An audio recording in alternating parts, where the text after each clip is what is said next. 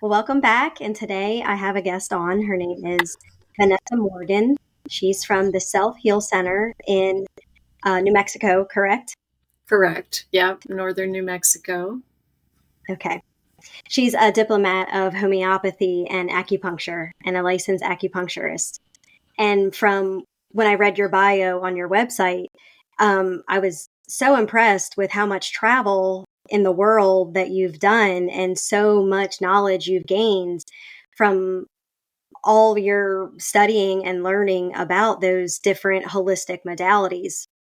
And I just loved how you said you take that information and give that over to the individual for them to have the opportunity to heal themselves through their journey. And I just love that so much about reading that about you. Oh, thank you. Yeah, I would say it is very much a journey, and that, there's often, I think, these different sort of crossroads in our lives that we come to.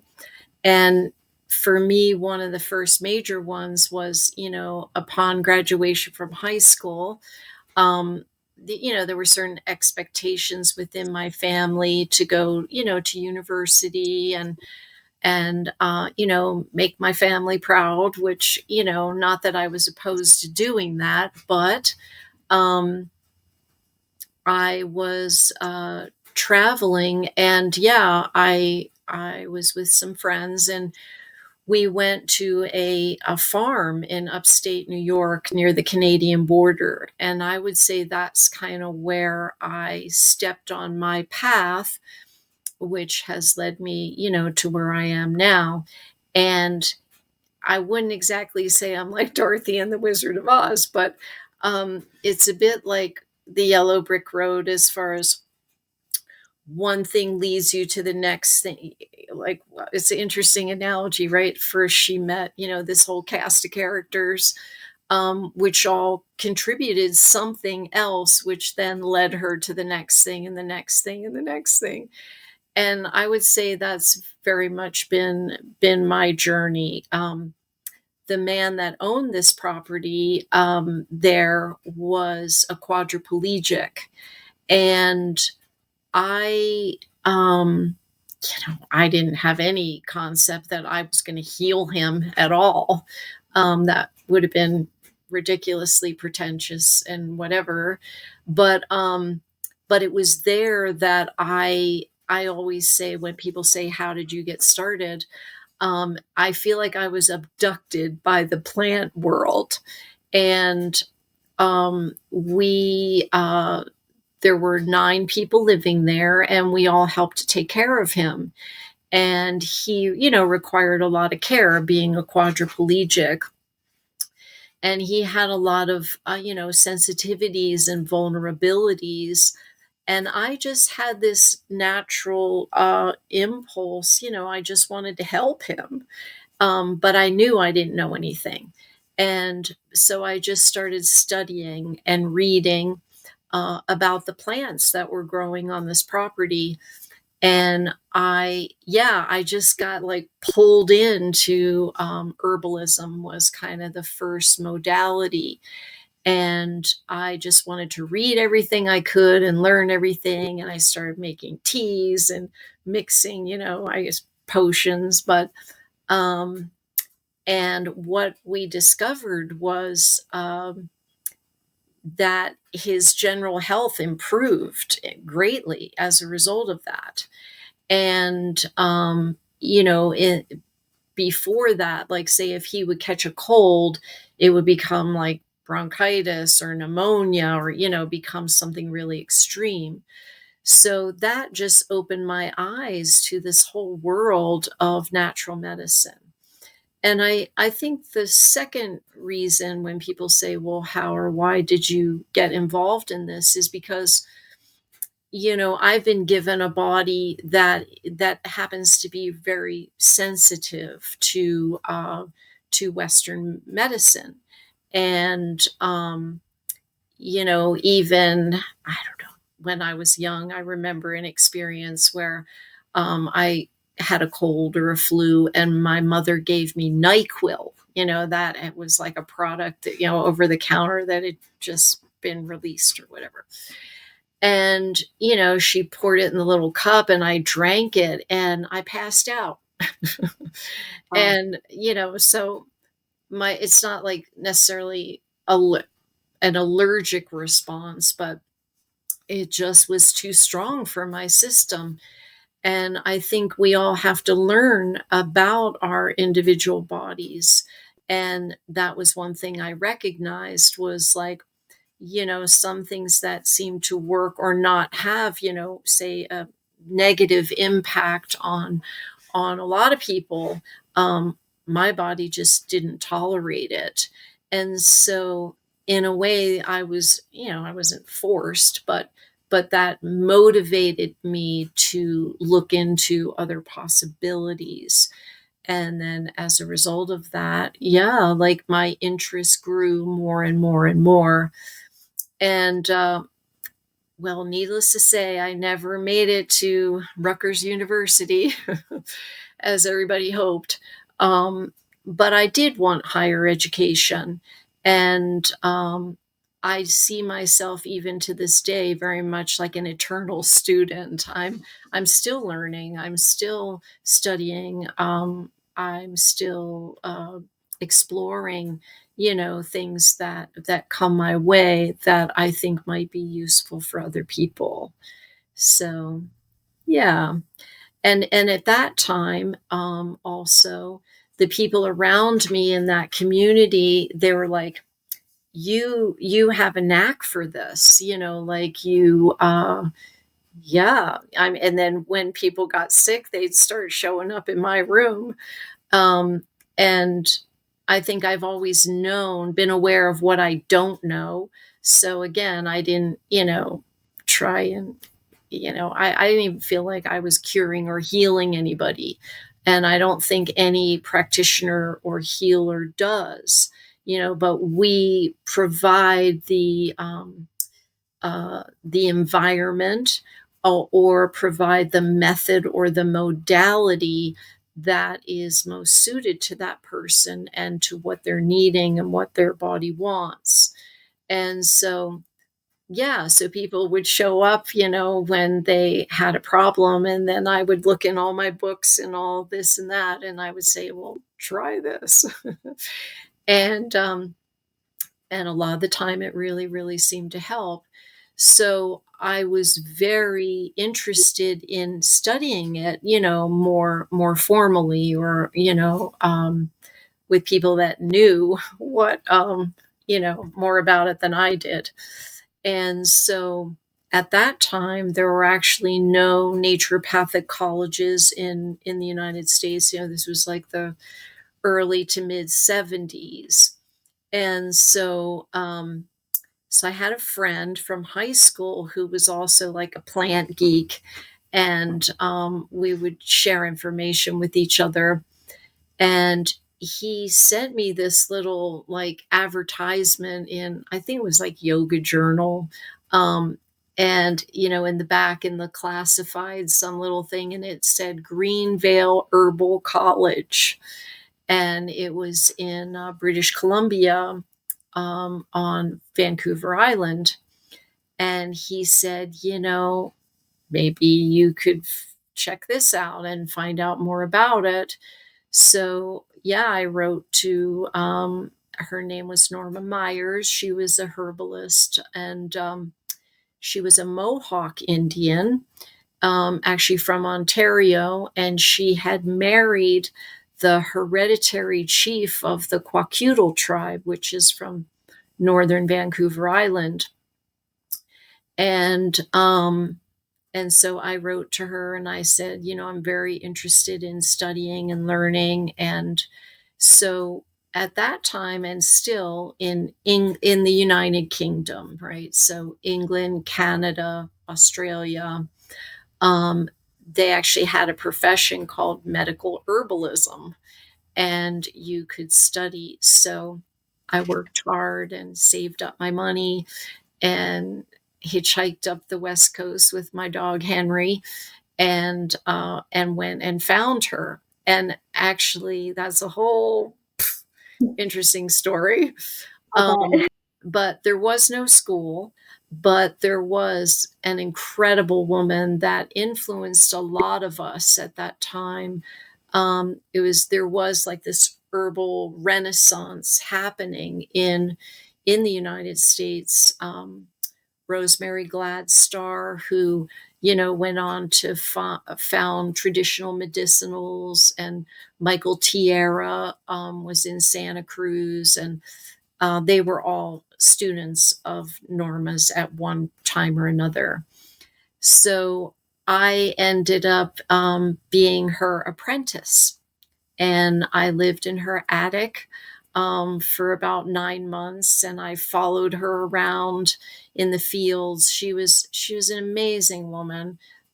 She had healed herself of cancer, and had gone through like radiation treatment, lost a bunch of teeth as a result of that, because it was, a bit harsh in those days when they were still figuring things out. But eventually, what it did was it turned her back to her traditional ways. And she was healed by a medicine man who gave her a lot of, fasting and cleansing and herbal treatment. And then that inspired her to then study and learn and help other people. So, yeah, her plant identification was amazing, and she was often invited to teach, and a lot of people would travel to see her and to be healed, or to be treated by her. And so I was the one like carrying all the bottles and vials, and I was kind of the scribe, where we would literally go into people's homes in Port Hardy, Port McNeil, and that whole northern area of Native people. And she would basically set up a clinic in someone's home, and people would line up and sit down, and she would they would consult with her, and I would, write everything down, and then learned how to mix the formulas and things like that. So that was my first learning. And then, like I said, for me, I stepped on this path, and I just continued to follow it to this day. Yeah. And it has taken me to a lot of interesting places in the world, and met a lot of amazing practitioners, who are really dedicated to keeping a lot of these traditions alive as well, as allopathic or Western medicine, has, more and more sort of dominated the landscape. I think it is important that we have these traditional methods that are sort of stood the test of time. And certainly, I'm not, against allopathic medicine at all. We all know it has a lot of benefit in terms of, certain surgical interventions, and certainly in emergency and life-saving situations. But as far as chronic illness and a lot of the way that it has evolved, they have chosen to just focus primarily on pharmaceutical drugs and surgical procedures. But there's a lot more, that is possible. Yeah. 100%. I want to say maybe about 6 months ago, and that, you were asking me earlier, like, how did I come across you? And I've even had some friends say, oh, like, how do you find these people? And then my answer is always, I don't know. Like, it's just, these people come into my life whenever it's supposed to come into my life. And, I found you from listening to Sky on Instagram. And I remember him, he would have like some spiritual, and I can't even tell you how I found him, but I found him, and he would speak on spiritual things. And I was like, oh, I like what he says. And then I was listening it came up about like snake venom therapy, and I was like, "Oh, that's different." Like, what is that? Yeah. So, like, I remember hearing that, and then it kept coming up for me, though. Like, I kept being drawn to that, so that's what led me to his website, and then I found your interview, and I was just so entranced by all the things that you were speaking of. And in addition to that, about 6 months ago, I happened across a lady and I found her, and she's a naturopath. And I started going to her, and I didn't have any like major issues, but I just wanted like a general Mhm. I don't know if exam's the right word, but just her opinion on like how can I clean myself up. And she uses natural or I'm sorry, nutritional response testing. And I asked her, like, what exactly is she doing? And she was saying she was reading my energy from my body. And, my body was telling her, like, what foods are good for my body, what foods aren't. And then she obviously gives the same advice, some similar advice to everybody, like, stay away from sugar, you Yes. know, and she very much concentrates on the gut health, the Yes. microbiome. So then my younger son, who was 7, started having stomach issues, and I didn't want to go the allopathic way. We've done that, and I didn't want to go to the pediatrician and then him be sent to the gastroenterologist and testing and all craziness. And to me, I was like, let me just start this way. And she gave me some basic things like his body does not like wheat. He, doesn't like all these things. She starts to start eliminating them. And she gave me very minimal supplements to take. It wasn't like a list of things. It was like, Right. work on these things for his gut. Keep it And, simple. Yeah. and, I just love that because it's so refreshing to know and to believe that we are able to heal our bodies in a lot simpler way and a lot more inexpensive way to go this route. And it's not a very invasive way either. It's like taking it to like the roots of eating good food and very basic things for everybody else. And then, of course, then you kind of individualize it for what the person Right. needs on certain things. Yeah. I mean, absolutely, diet and nutrition is the foundation of health. And often more than what do we need to bring in, it's often what do we need to avoid or remove, right? And I just, saw an article this morning because I have a cancer patient right now that through the testing that I do, she tested positive for malathion. I thought, well, that's interesting. And of course, that is a very common, it's as common as glycophosphate in terms of sprayed on food. So, there's this list called the Dirty Dozen, right? And um, for a lot of people, it's not possible to maybe eat 100% organic, due to the cost or due to availability in someone's area. But I think it's now expanded to, instead of the dirty dozen, the dirty 14, but 14 foods that contain the highest level of pesticides. And malathion is one of the primary things that is used in commercial farming. So again, just reducing or eliminating purchasing those foods non-organically can prevent your body from absorbing and then having to process all those toxins, which are potentially carcinogenic. So yeah, like it really it really is up to each one of us to take responsibility for our health. And unfortunately, I think people like why do we tend to learn the hard way? But through our own experience with Western medicine, sometimes people then seek out someone like myself or the naturopath that you found, because it doesn't really add up. Um, in terms of, like, say, monitoring blood work now. Fatty liver disease is something that's like almost endemic, certainly an epidemic, as far as how many people in America have this condition. And there is no treatment that's offered to reduce that. And they basically just monitor certain levels within the blood work until it gets so bad that that maybe you would need a liver transplant, you know?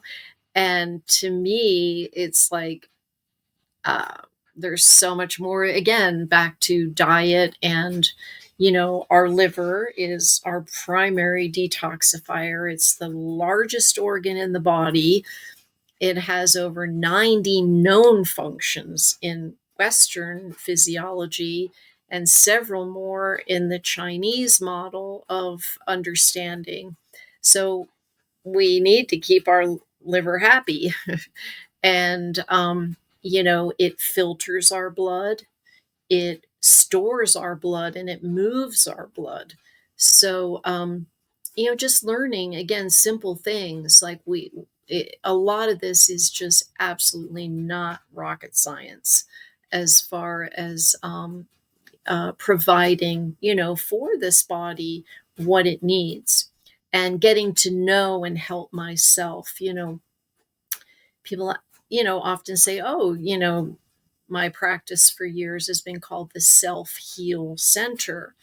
And I see myself as a resource guide in a way, or an educator, or I want to provide people with the tools, with the understanding and the resources and the modalities that they can then utilize to heal themselves. And there is a lot of good information out there now. It's, of course, you know, um, I mean, yeah, I can't believe, last year it's like I've been studying and practicing natural medicine now for 50 years. And I've never encountered anything especially in biological medicine, which is, I went to Europe to study there for, several years. That's not dead logical. There's nothing woo woo about it. And when I explain to people, during a consultation, and kind of get information from their body and feed it back to them, people just go, well, that makes sense. Well, that makes sense, and, and even now, what we know about energy and Chinese medicine, which several years ago, energy was thought of as more of this conceptual system, or like, what does that mean? But now we know we can measure the flow of energy in the channels. And there were researchers in France that, injected the endpoints of the meridians with radioactive dye, and they found that it followed, they lit up like acupuncture man, the charts that you see. So it's like these channels actually physically exist in the body. So, more and more science can validate or prove certain things, that, of course, the Chinese have been developing, that form of traditional medicine for, hundreds, if not, say, thousands of years. So, we can learn so much about how to keep ourselves healthy. And, back to, yeah, what you were saying, it's like, food, like, there are foods that don't work for anybody, like cane sugar, or, and even commercial wheat.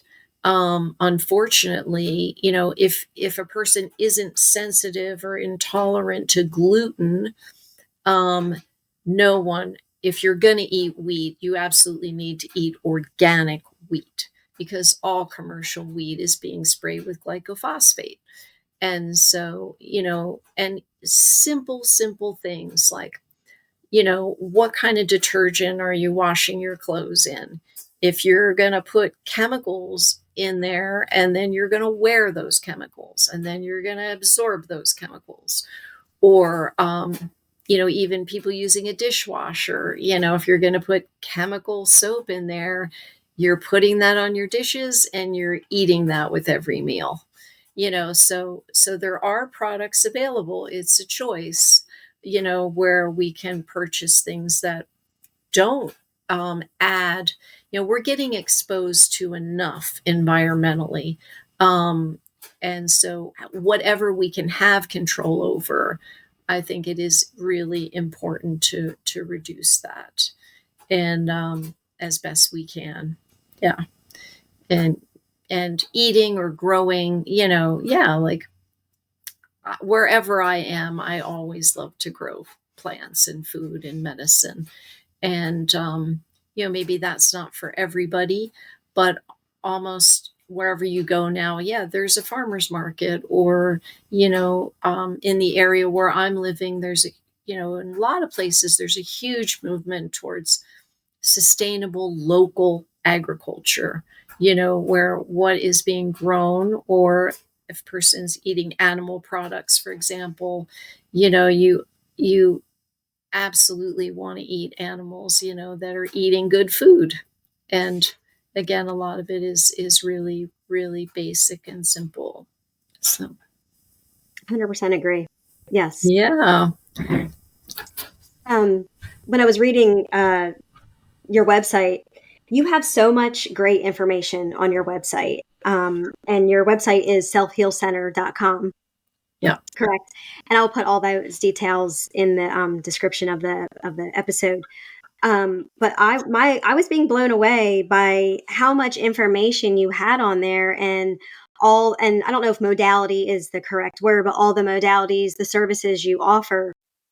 And in addition to that, because I do want to get into that a little bit too, in addition, you have a ton of free videos to watch that are, some are short and some are longer, which is great depending on, what people have the time to listen to and for. And I thought it was great too. You had a that I want to do. It was a $20 one-time fee membership where you put out even more information, and I just thought that was awesome. And so affordable for so many, that even if you can't afford to do these modalities, or you're not even sure if you want to go down the road of doing these kind of things yet, to at least, broaden your horizon on that knowledge. Because, you go to research things, and it's hard to research things because, you see these .gov, or all these websites, or at least when I see the websites, I'm like, I don't know if I want to trust that website, so then you don't know which website, you don't even know which research that you Mhm. can trust out there. So I just love your website and how much information you offer on that. That's just a Thank really you. great source. Yeah. No, thank you. I really appreciate that, because, yeah, I mean, a lot went into it. And again, I do think that the more we can educate ourselves and just explore, just be open and explore. And then I think any practitioner that, like you again referred to this naturopath, any practitioner that's really getting results with their patients are using some method of individualizing the treatment. Like, again, yep, we just described, like, let's eat clean, eat good food, filter our water, hopefully the air that we're breathing, if we're not able to breathe clean air, we can filter the air, and avoid certain things in general. But it's like we're all the same and we're all individuals, as a human, right? Like, you you and I have two eyes and two ears and a nose, and certain things, like, we all have, but we are all unique in what we need. And one of the things that I learned very early on is that what works for one person doesn't resonate or work for someone else. And I do have a chart on my website under the Miasm Project, which I I was asked to speak. I don't know, for a group of doctors at one point some time ago, and and and then I thought, okay, I got to come up with something. No, but I thought, okay, how could I present like this bigger picture? And I recognize that when someone consults with me, there's basically seven aspects, or that influence our health. And I didn't necessarily realize it until I thought about it, but when I work with someone, I kind of dive in, I check in on each of those seven aspects. And then based on the information I get from them in the intake and how I evaluate people and maybe their blood work, then you can target the treatment to where it's needed the most. And back to what I was starting to say, like any practitioner that has a method of individualizing and meeting a person where they are and matching them with the modality that is required, you need to have the right tool for the job. And you could take 10 people with the same medical label, diagnosis. I mean, let's just say stomach ulcer. And again, through an allopathic perspective, there's a couple of drugs. There's Prilosec, there's Tagamet, or whatever's the latest thing. And everybody gets that drug. Well, in Chinese medicine, we look at what's behind. I say, what's behind the curtain? Like, is that stomach ulcer caused by too much heat in the stomach, too much cold in the stomach, deficient qi in the stomach, the liver energy invading the stomach? Like we call it a differentiation of syndromes. And then for depending on how you evaluate that, then you can recommend the correct herbs. Like, well, if there's heat in there, we don't want to add herbs that are warming, we want to add so again, it's a very logical process that you go through. And so yeah, we could take 10 people with the same label, and what they require in order to heal could be completely different. And some of that, of course, we know is on the mental emotional level as well. Someone's under a tremendous amount of stress, they hate their job, they're in an environment that's not healthy for them, so lifestyle changes, are often, needed as well. And again, I'm not saying never take a pharmaceutical drug. There are times where things are needed. But we do know that those are designed to treat symptoms, right? They're not going two steps back as to what led and allowed that. And again, back to the stomach.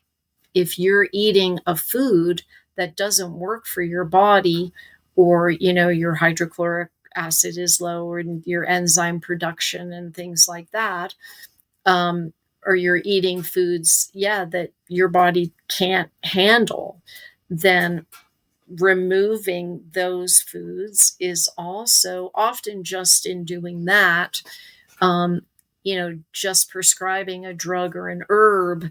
But if we continue to do what's creating it, well, what kind of result are we going to get? So, but being able to look at all the aspects of an individual and determine, again, like it's like a frequency match. Like every modality is vibrating in a particular way, every individual herb or homeopathic remedy or food.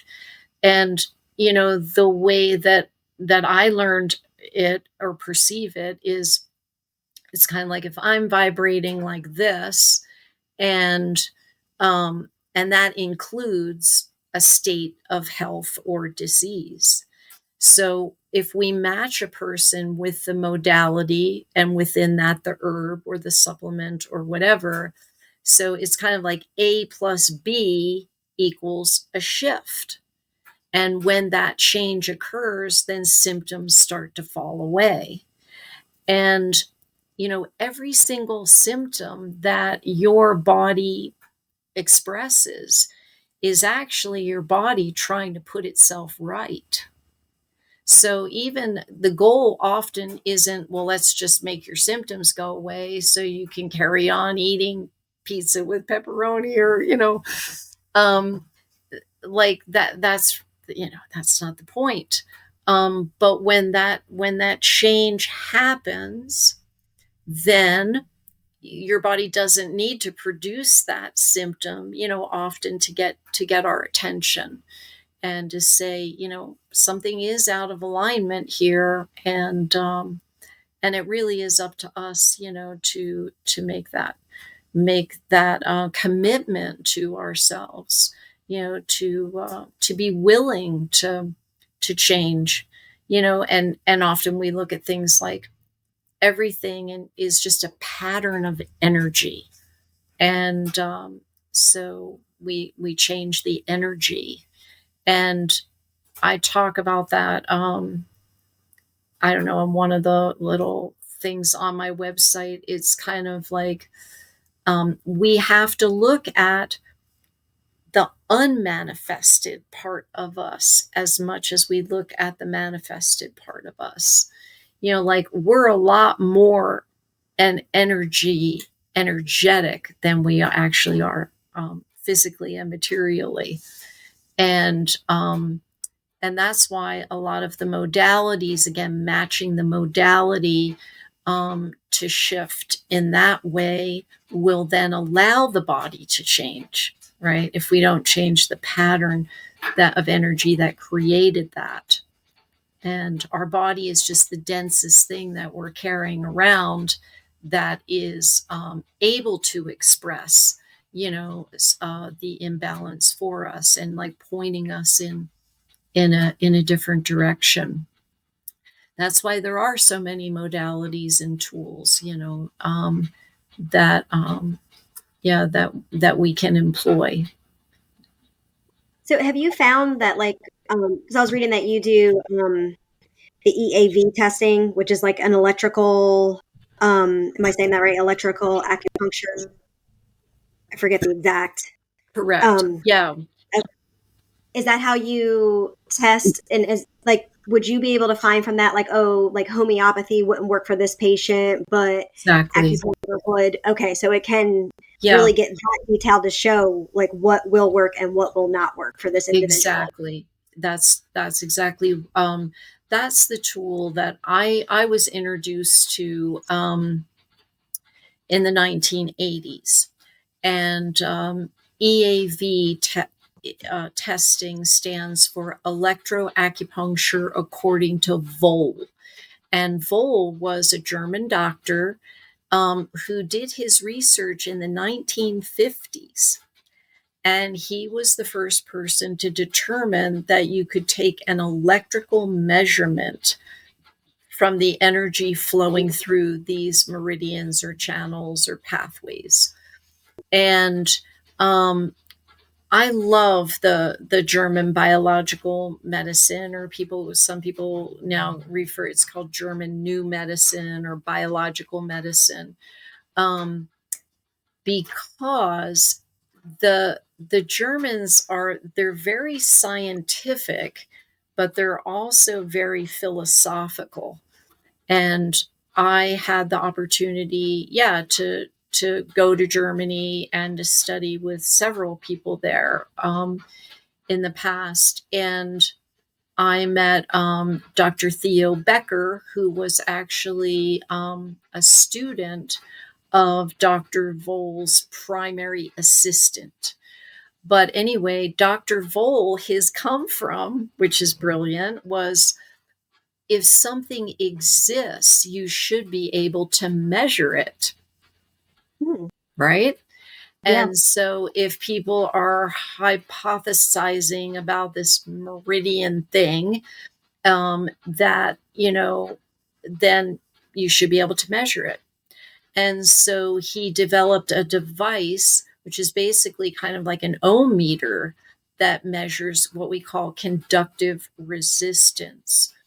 And so it's calibrated on a scale of, say, 0 to 100, and 50 is balance. So it's not a medical diagnosis, right? It's not like you plug in a bunch of symptoms and it gives you the name of the problem. But basically, yeah, what it allows us to do is take an electrical measurement of the energy flowing through all the organs and systems in the body. And when I was, yeah, like you said, oh, isn't it interesting how we find things, right? Or things find us. So I was living in Hawaii and raising my son and studying as a homeopath. And and I met someone on the course, and she just said to me, she goes, "You should come to my office. I think, like, I have something that might be interesting for you to look at." And I was like, "Okay." And she had one of the first systems that was developed in America. So basically, Dr. Vole, yeah, he started in the 50s. And so after recognizing that he could measure by accident or coincidence, he finally said, "Okay, I've done all this research. I really think I'm on to something that could be very helpful." And he was going to present it to the medical community, his colleagues. So he called everybody together, and he demonstrated this system, and everybody was like, "Wow, okay." They're kind of taking that in. And he called up one of the other doctors, and he was showing like how it works and demonstrating it. And then he found that the point that related to the prostate was really high, which shows that, see, again, this is working with excess or deficiency in Chinese medicine, or balance. And so 50 represents balance. So if it's too high, then there's heat or potentially inflammation, or it's more acute. And if it's cold, or deficient, or there's not enough energy there, then that is what's measured. So this was reading really high. So he was also a homeopath, and he said, "Well, let's talk about this more after lunch or something." And so he gets him back up there, and he goes to test the point again, and it was balanced. And so, there's a part of him was like, "Oh no, here's all these people that I'm, presenting this to, and like, yeah, this is going to possibly discredit that." So then he starts, interrogating him and saying, "Well, what did you eat at lunch?" And da da da. And then he said,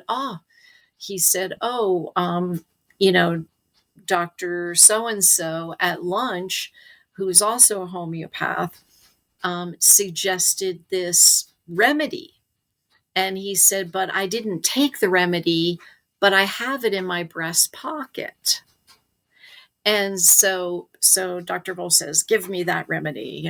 So he takes it and he sets it on the table away from this guy's field. And the reading went really high again. And then he took it and had him hold it, and the reading came to balance. So again, by accident or coincidence, he learned that not only could you, measure whether something's in balance or out of balance, but then if you bring into the field something that would bring regulation, our meridians and our nervous systems respond immediately, second to second, by what's influencing us. And so that then led him to, not only could you use it as a diagnostic tool or a way to evaluate the health or imbalance, but you could use it to measure what will put you back into balance. So when this friend of mine, showed me what she was using, I was like, I just lit up because I thought, oh, I've been studying nutrition. I've been studying herbal medicine. I'm now studying homeopathic medicine. I was a body worker, and I had been exploring like Jid Shinjitsu, which is an energy, also based on the meridians. And when I saw that, I thought, wow, this is a way that I can bring a lot of that together and really help a lot of people and take out the guesswork, of, well, try, because a lot in classical homeopathy, we repertorize, we determine what remedy matches that symptom picture. But then it's like, well, try this and come back in a month. Mm. But now, before you even administer something, whether it's going to work or not.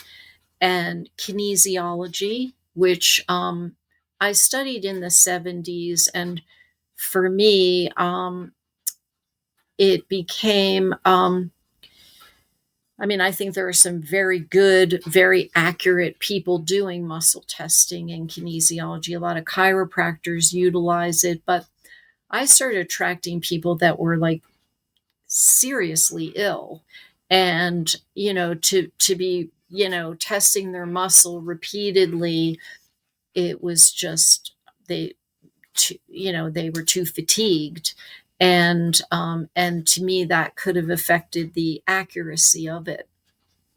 And actually, when you're doing muscle testing, like for example, there's this arm test, where you bring your arm up and then you hold something and then you test the strength of the muscle. Mm-hmm. You're actually testing the meridian that flows through that muscle that you're testing. So for me, the EAV was like going directly to the meridian rather than the strength of the muscle that's related to the individual meridians. But that is another way that, again, you're talking to that inner knowing of a person, really. Mm-hmm. And so I think in the 1970s, as the story goes, there were some medical doctors from America that were traveling in Germany, and they were introduced to Dr. Voll. And then they lit up when they saw that.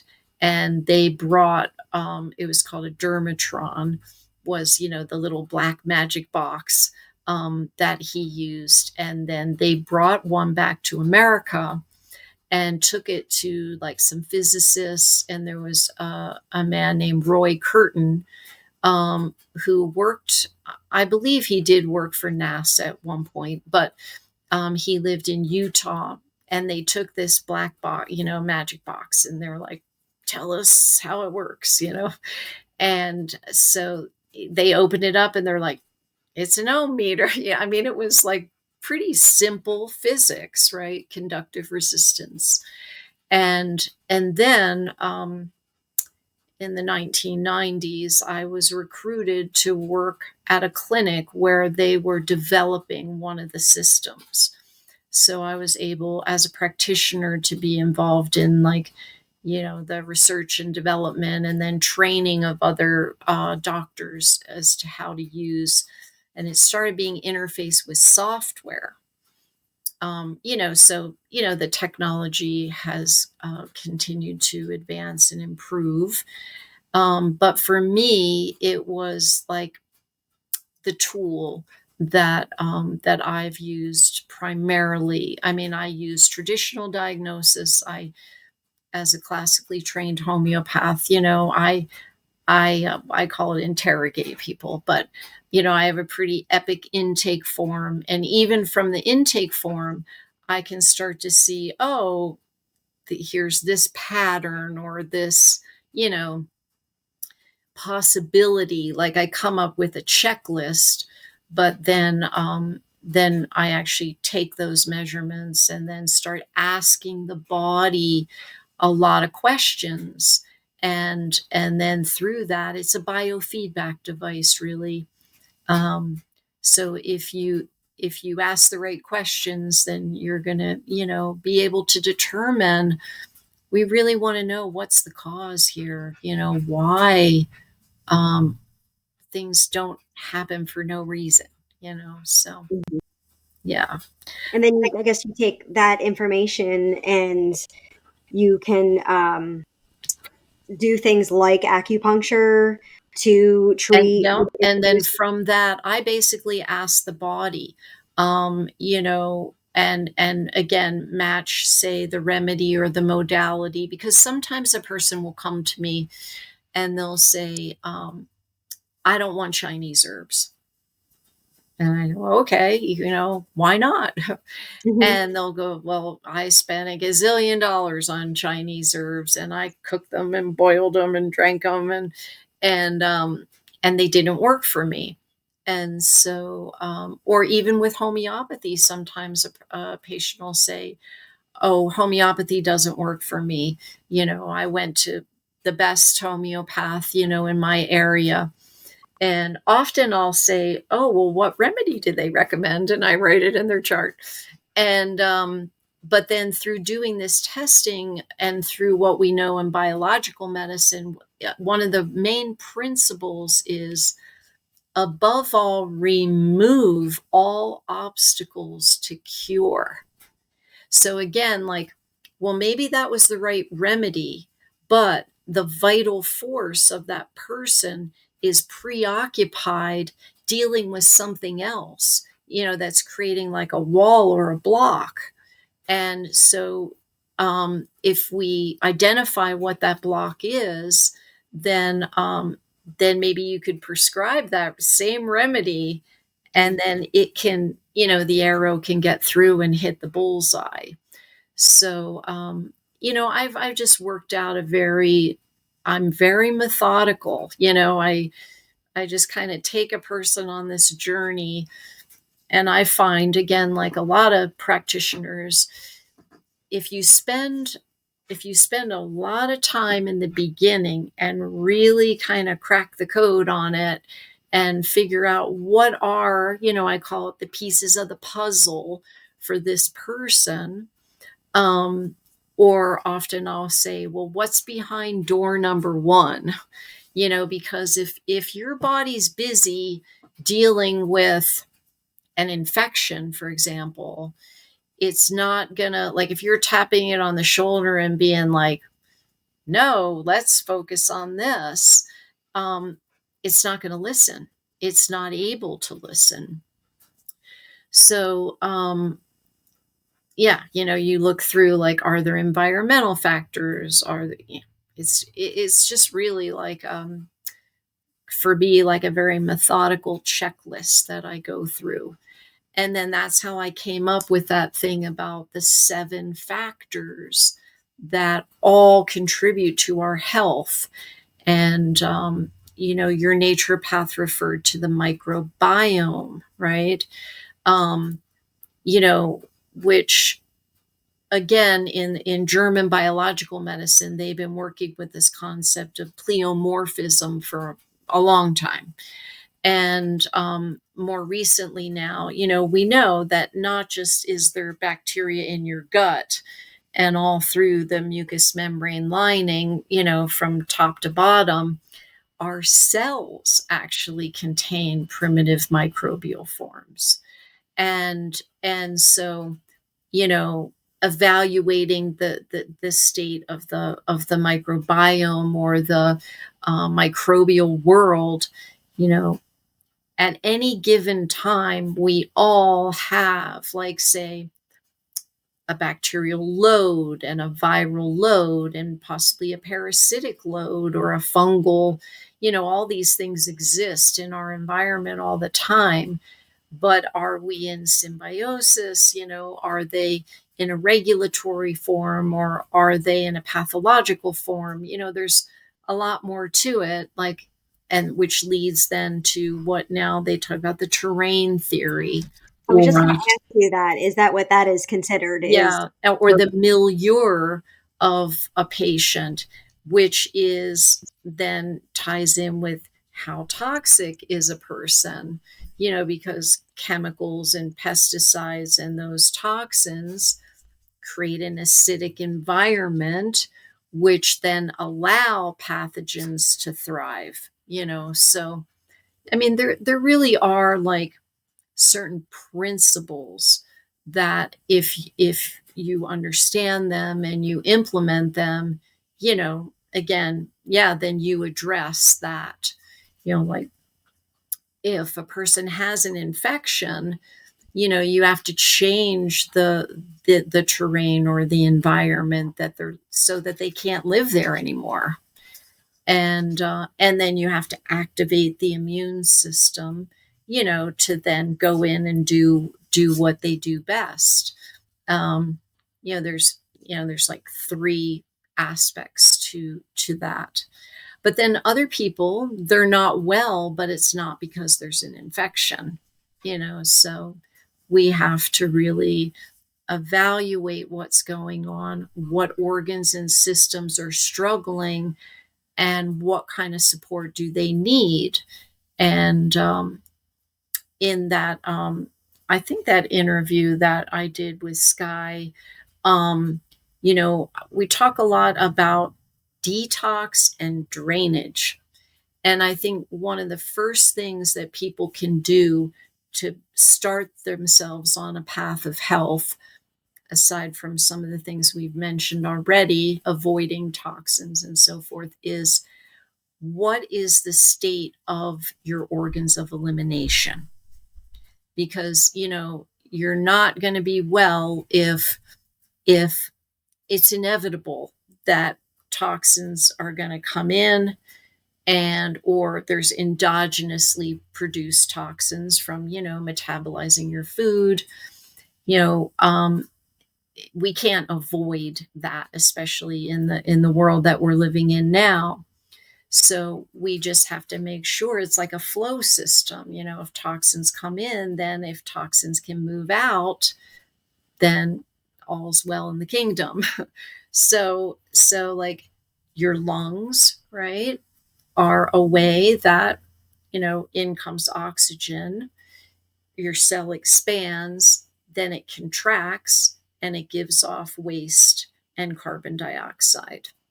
And so, that's having, a good respiratory, strong, healthy lungs. Your large intestine, right? And that's where, the health of the digestive system, of course, is crucial as well. But yeah, like that's a way that your body, after your small intestine takes all the nutrients, and then it discriminates, what am I going to keep? And then what am I going to let go of? So health in the colon.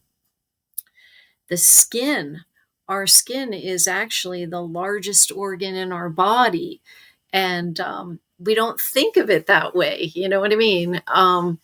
But yeah, that's another way through, say sweating or sauna or detox bath, that a lot of toxins can be released through the pores. And then the kidney and the liver, of course, are our two main detoxifiers. And then the last one I include is the lymphatic system, mm, because our lymph is kind of like the garbage disposal of the blood, like stuff gets dumped there and filtered. And so just looking at how can I, like, I mean, you can kind of have a sense of like, what are my strengths and what are my weaknesses, right? Like if someone's constipated, then you want to focus on, getting your colon moving. And so, like you said earlier, there's so many things that we can do that really aren't expensive and that we can do at home and so forth. And so that's one of the first things that when I take those readings, I look at, how are the organs of elimination doing? That's crucial to health for everybody. And then what is the health of the digestive system? And, in the digestive system, like somebody could go, oh, I have digestive problems. But we would go, well, we've got the stomach, the small and the large intestine. Those are our primary organs. But then you've got your liver, your gallbladder, your pancreas, and your spleen. They're like auxiliary. They contribute enzymes and bile and, different things that then help to work. So when I look at someone, I want to know, well, where is the problem in the digestion? Is it that the pancreas isn't processing sugar, or is it the gallbladder not, getting that bile in there? So again, then you can target your treatment towards, drainage and opening, again is, yeah, I want to speak to that actually. Is so detox is very different than drainage. And so detoxification is when you can take all kinds of stuff that push the toxins out of the cell, right? But then you're going to dump it into the blood and the lymph, and then your organs of elimination have to deal with that. And if those are blocked, it's like a traffic jam on the LA freeway, right? So if the off ramps aren't open, then you're just going to dump all those toxins from the cells, but they're not going to be able to get out. So often the first time I see someone, I'm just saying, okay, if we have heavy metals in there, or if we have chemicals or pesticides or some other environmental factor, you don't want to start taking things that are going to push that out of the cells unless you know that you're going to be able to get them out. I had a teacher that used to say, you can put the trash in the garbage can, but you got to take it to the curb, And then I was like, that's the difference between detox and drainage. And in biological medicine, I mean, it surprises me, like if you want to feel really bad for, just do detox without draining, you know what I mean? Because then all that's circulating around and you're just not. You do draining. I mean, I've heard of doing things for your lymph, and I really only know like maybe like gua sha or dry brushing. Yeah, But like, are they good examples of draining?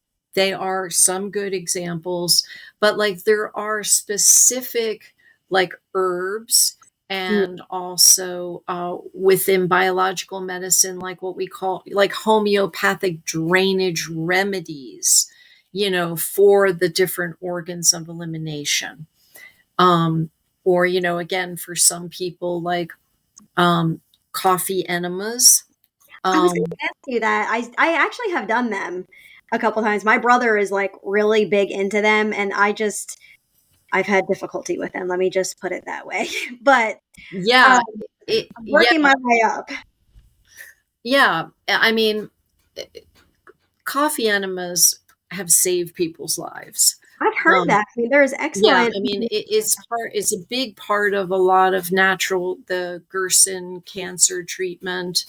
And, there's obviously a special way of doing it. And, we recommend like green, or of course, organic coffee.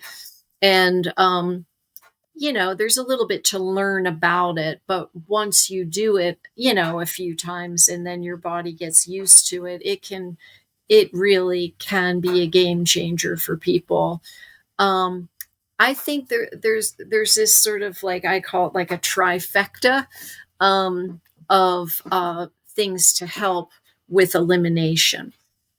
And again, pretty affordable for everybody.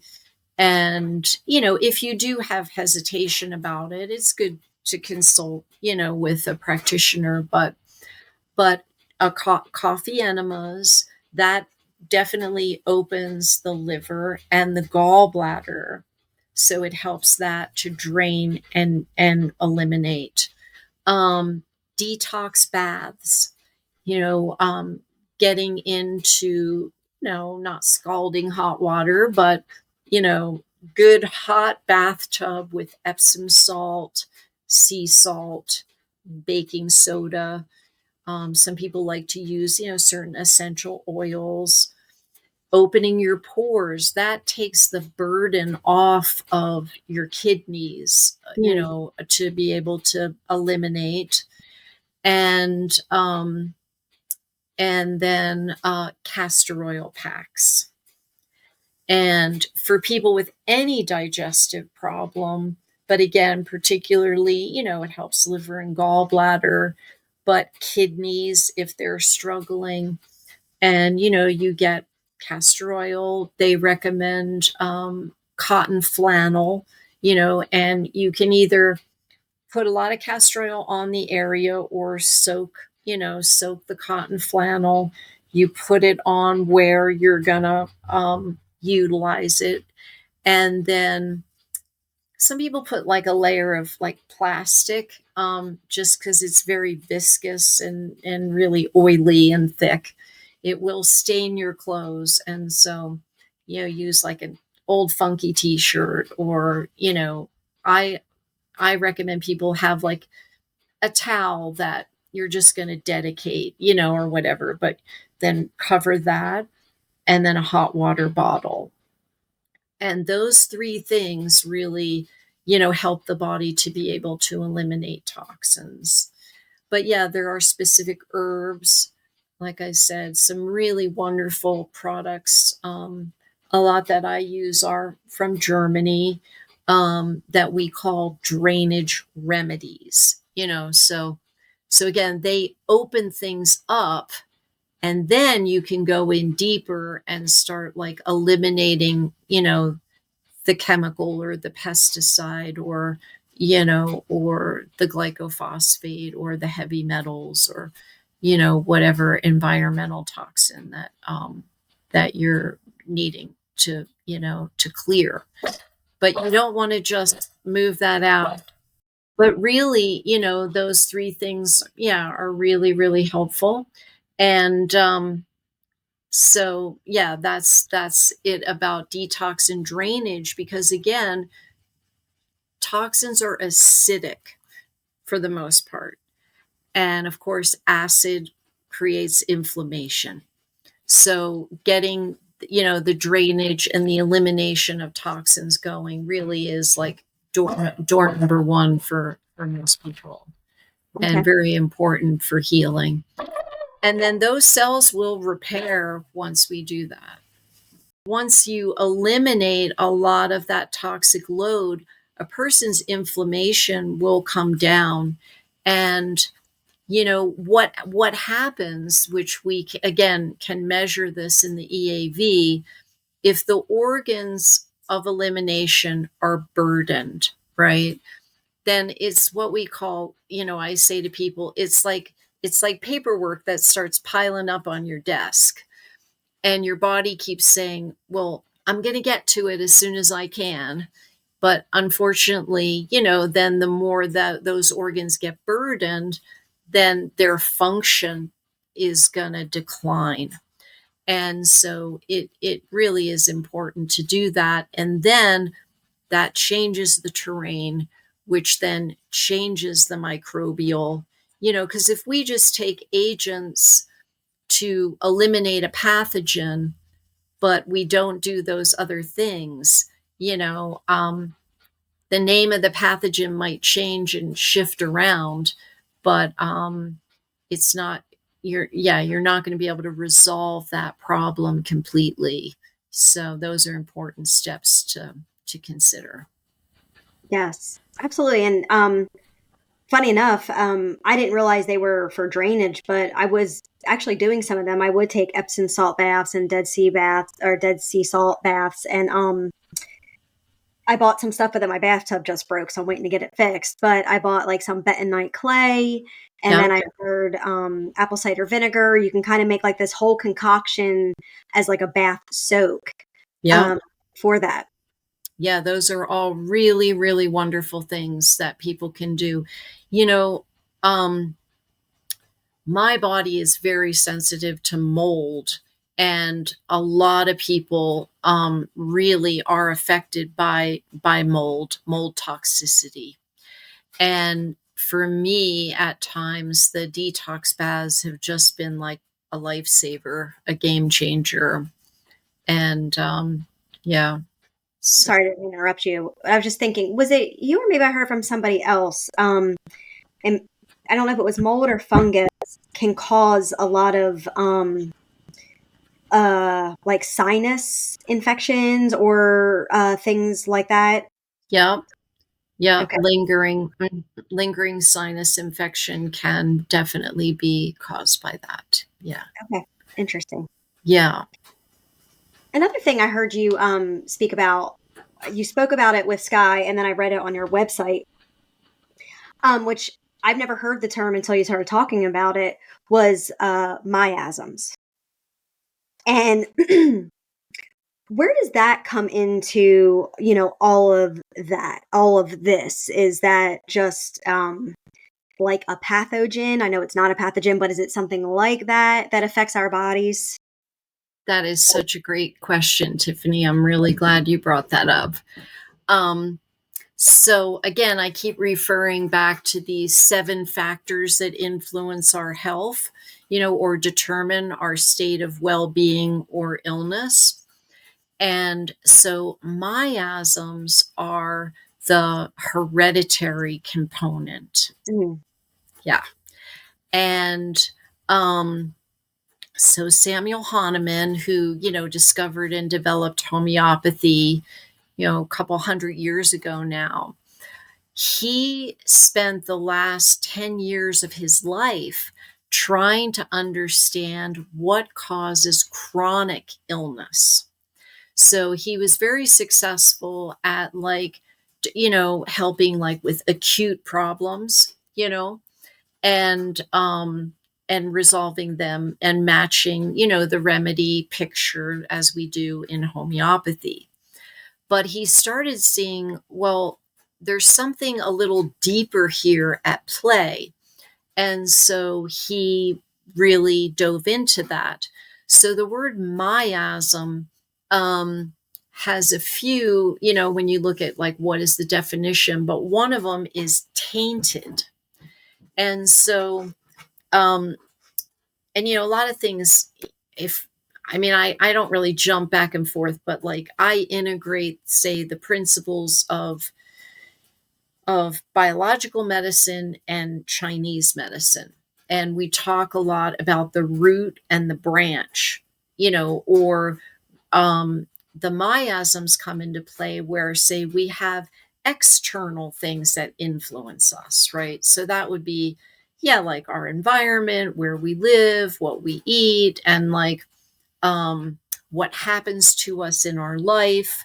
And, so that's like one level.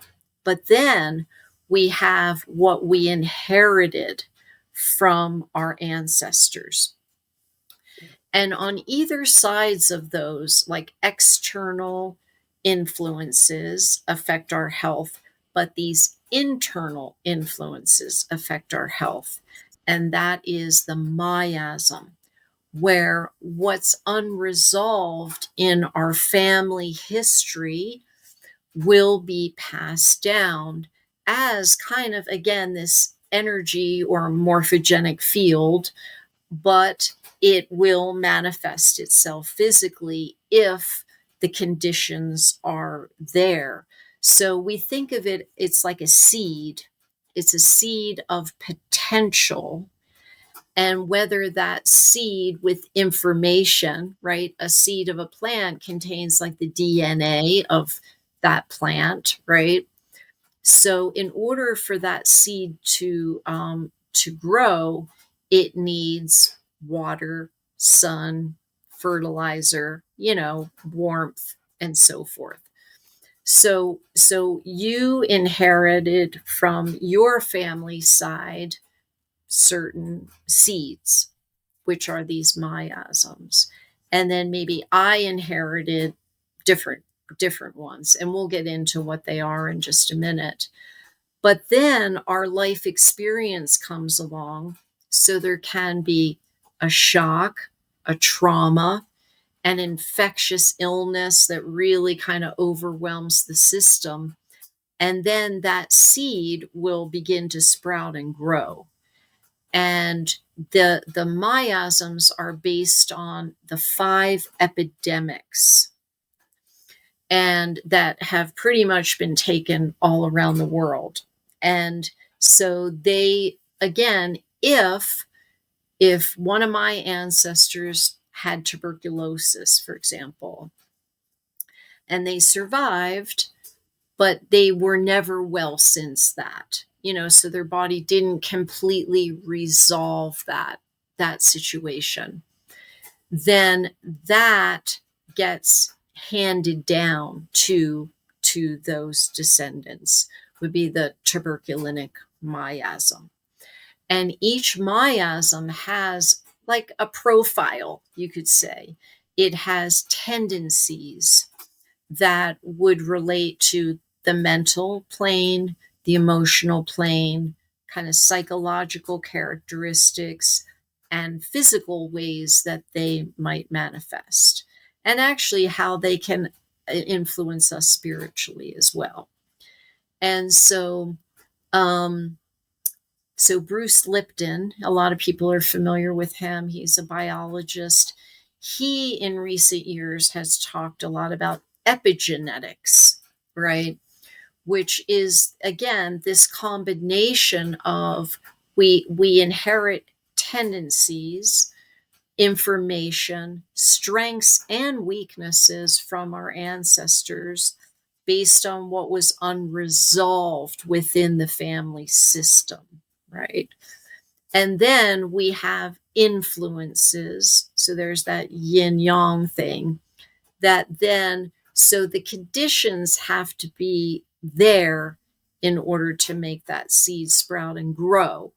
And so I think a lot of people are familiar with Angelina Jolie and different people that said, oh, I have this marker that says I have this gene that is going to cause breast cancer. So preventatively, I'm going to remove my breasts.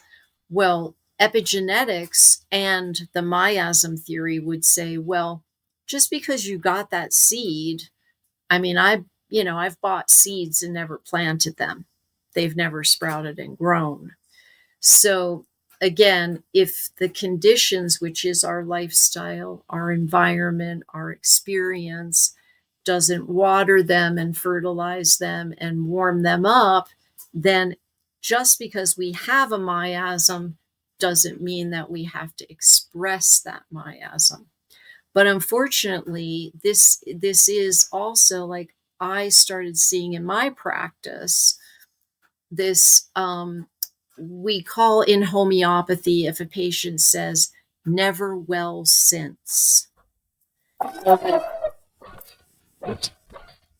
Like I was never well since the birth of my second child, or I was never well since, the car accident that I had, or mono.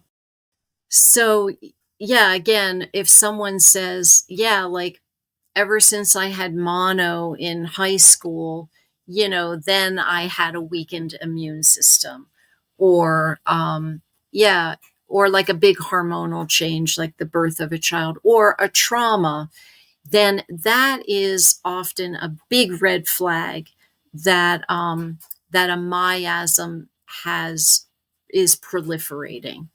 And another thing that is a indicator of a miasm, flourishing, is if someone says, I'm in bed by 10 o'clock, I eat the perfect diet, I go to yoga 3 times a week. Yeah, like I don't eat anything that's not organic. I don't smoke, I don't drink, and it's like, I'm so frustrated. I can't seem to heal this problem. Then often that's a red flag for a miasm. Mm. So when I was studying homeopathy, you learn like all the different components. There's different groups of remedies and different types of remedies. And when we got to the miasm part, I was like, wow, Mm. like you can actually treat genetic things with homeopathy, because again, I think in the more Western paradigm, a lot of people, and I hear a lot of patients say, like, well, my mother has thyroid problems, so I'm going to have a thyroid problem, or my aunt has this, my sisters had this, infertility, or, whatever the pattern might be. And then I often say, well, could you be open to the possibility, that you don't have to have that, first of all? But often, if we do, it can be that this miasm, see, anything that we encounter or our ancestors encounter that has been suppressed, mistreated, or basically unresolved, right? It's gonna it's waiting there to be healed. And it will try and come up, and it may present itself in different ways. It's like raising its hand, like, I really would like to be free of this. Mhm. And so again, when I was studying it, I was like, oh my goodness, and then, you got to take the test and learn the next thing and like moving right along, right? And so I thought, I am going to come back and revisit this. And yeah, probably 3 or 4 times in my life I have. And I began implementing it for myself, and then implementing it in my practice. So basically, it utilizes a homeopathic medicine called a nosode. And a nosode is made from the actual pathogen. So, and the 5 miasms we have are sora, which came from scabies originally, and then gonorrhea, syphilis, tuberculosis, and cancer is now considered the 5th miasm. And or they say now there's a genetic component to that. But almost all diseases or illnesses can actually be and are related to those 5. It's like a family of pathogens, and they have similar characteristics. And so you identify what the miasm is, and then you administer that remedy made in a particular potency for a particular period of time. And, a lot of people now are very interested and drawn to, what's being called, like in the shamanic world, like ancestral healing, right? And utilizing the miasm remedies with other, like therapies that work with that, particularly in the area of addiction and trauma, um, the miasm remedies can really, really make a difference. And I mean, just a quick example from my own life. The syphilitic miasm is very prevalent in the world. And especially, well, prior to COVID, I had been speaking quite a bit about this because I recognized that almost every main disease that was either killing or disabling the majority of people in America and other countries was related to this syphilitic energy. And anybody that's of European descent, if you go back 3 or 4 generations, syphilis was rampant. And it covers heart disease, stroke, all the neurological degenerative diseases, dementia, Alzheimer's, AIDS, autism, and um Is and so involved in that schizophrenia? I yeah, want to say schizophrenia. I want to say I've read that before. Has something to do, or like some kind of, I don't know what word I'm looking for, but like syphilis was yes, linked the to that. late yeah, because the late stages of syphilis, a person goes completely mad, right? And so my father had a massive heart attack and stroke in his early 40s. And so I knew an alcoholism, drug addiction, some drug stuff relates a bit to gonorrhea as well, but syphilis is like really self-destructive and yeah, like suicide, like suicide rates are just off the charts, right? So I was like, wow, this syphilitic energy is just completely out of control. And so when my son was really young, and yeah, anyway, I was like learning and studying even more about that. So I decided to take Syphlinum, the remedy, myself because, my father had this, had some of those tendencies. And my grandmother on, my paternal side had Alzheimer's, so, there was like ticking quite a few boxes in there. So I started taking the remedy. And one day I was driving my son to school and I was like, what the heck? And I had this like really weird pain in my arm. And and I was going to acupuncture school actually at the time. So I was really into the meridians and everything. And then I was like, gosh, when I lift my arm up in this particular way, like it there's really hurts. So I went home and then I looked and I had a lump that was forming right on my heart meridian. Hmm. And so I continued taking the remedy and it kind of like reached sort of a peak and then it resolved. And when I made that connection, I was like, wow, there's heart disease on my father's side of the family. And that potential information was in me. And the meridians and the channels are a way that we can expel things from the body, and that was my body responding to taking that remedy. Wow.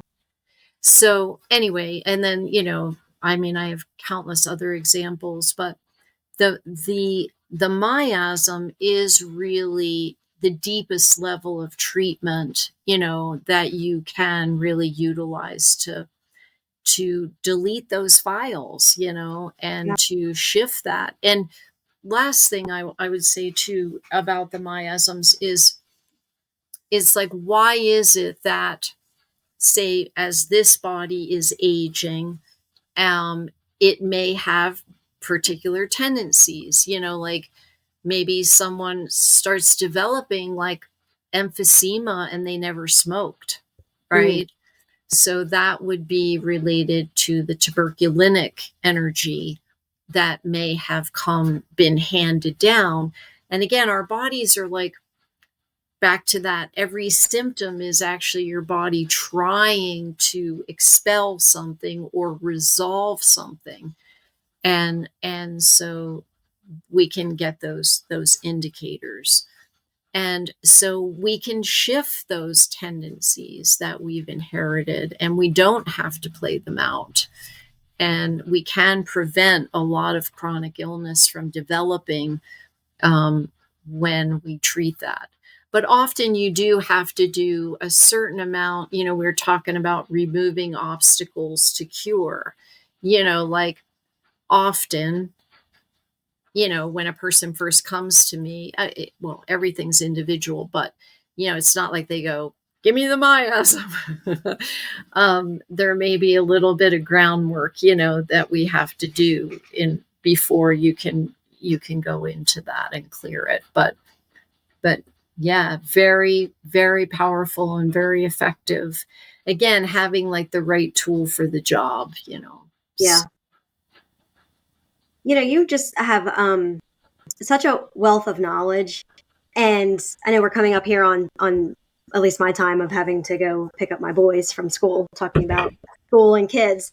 But there was a we definitely talked about a lot, and there was I had a feeling. I was like, gosh, she has so much interesting I don't even know the word I'm trying to look for, but so much things that I've come across from you that I just wanted to like ask so many questions and bring this out.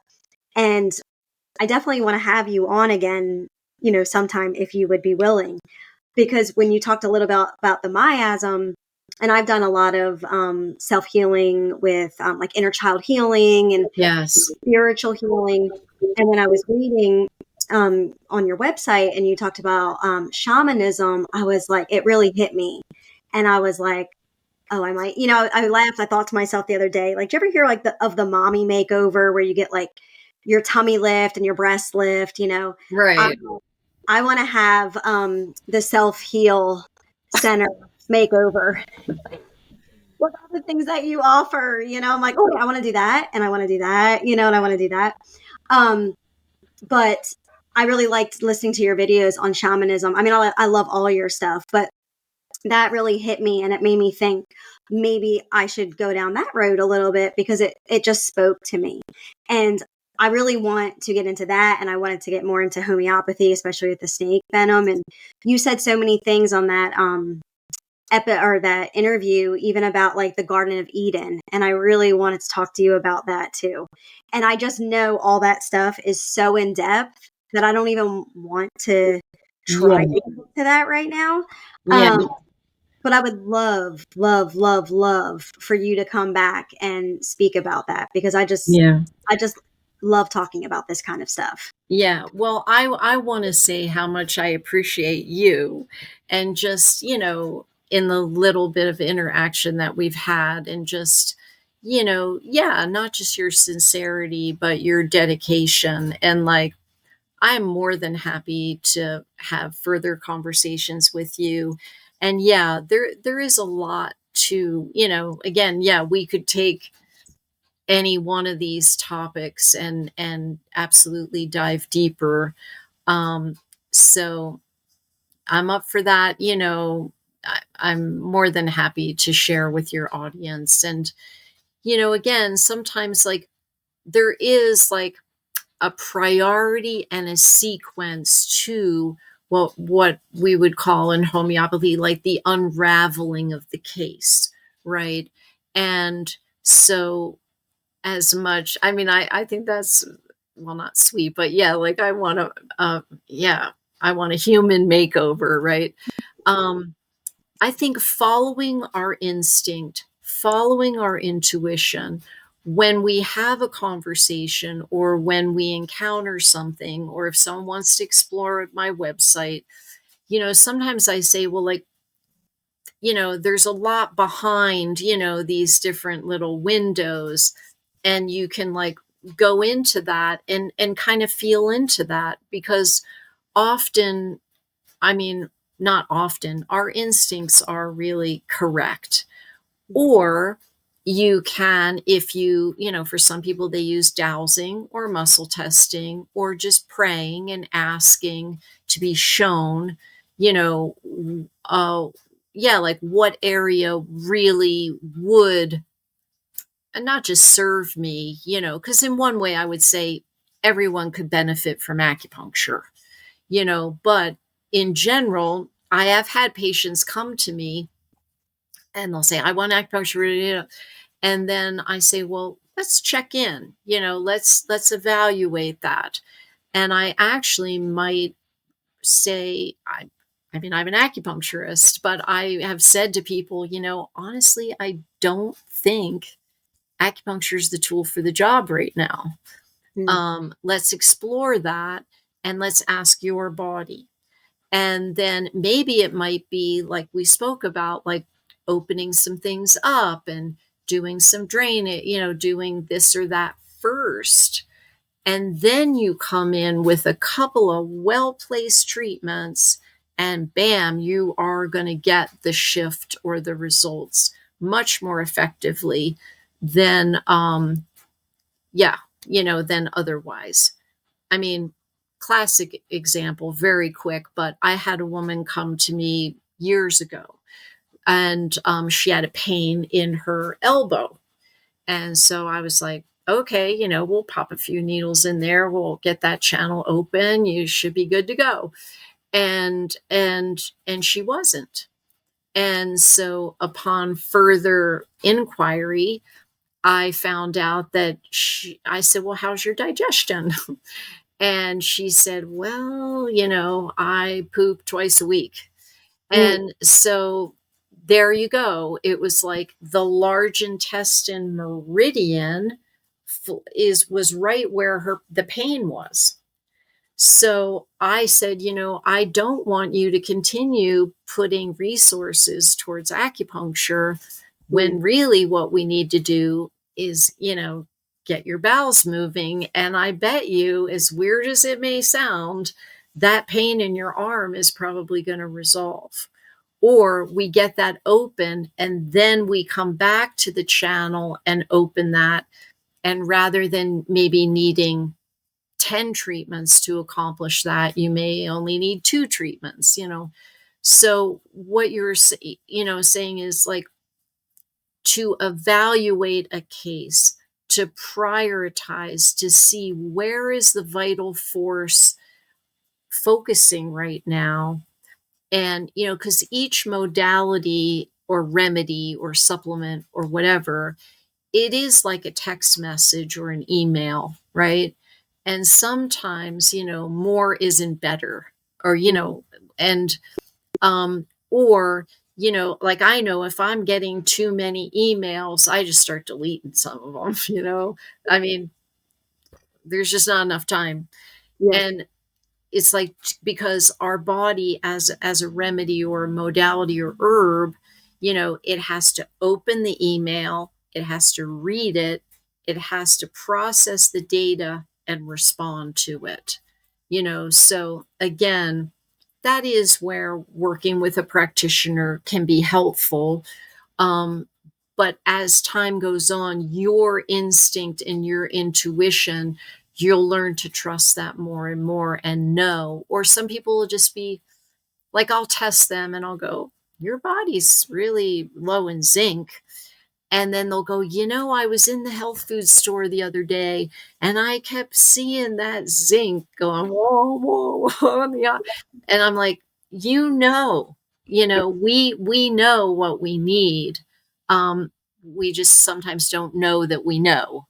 And so that's, maybe a way to sort of find some wrap up right now or closure right now. And we have to explore, and different modalities are going to be relevant at different times and for different things. And again, knowing what your body likes, and you learn that by exploring it. So yeah.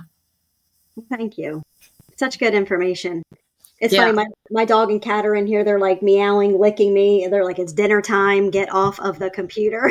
I know my dogs are like, enough already too, but thank you so much. Oh, Yeah. thank you. All Yeah. right. And hopefully we'll have a part 2 coming up soon. Yeah, let me know however I can help, to get, people the help that they need. I'm really appreciative of the opportunity. So take Same. good care of yourself, Tiffany. Thank you too, Vanessa. Okay, bye Bye-bye. for now.